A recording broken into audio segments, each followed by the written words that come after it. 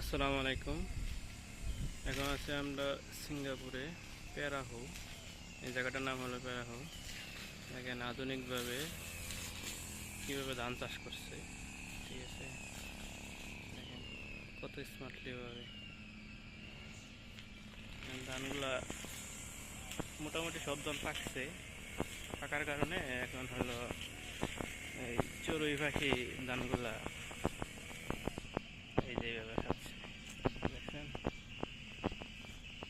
তার জন্য কি করছে কোম্পানি, দেখেন কি একটা অ্যালার্ম, এই যে একটা অ্যালার্ম দিছে, মানে চড়ুই পাখি না আসতে পারে। এই দেখেন আরো কি দিছে, এই যে এই বুতুম কই আমরা বুতুম বুতুম দিছে।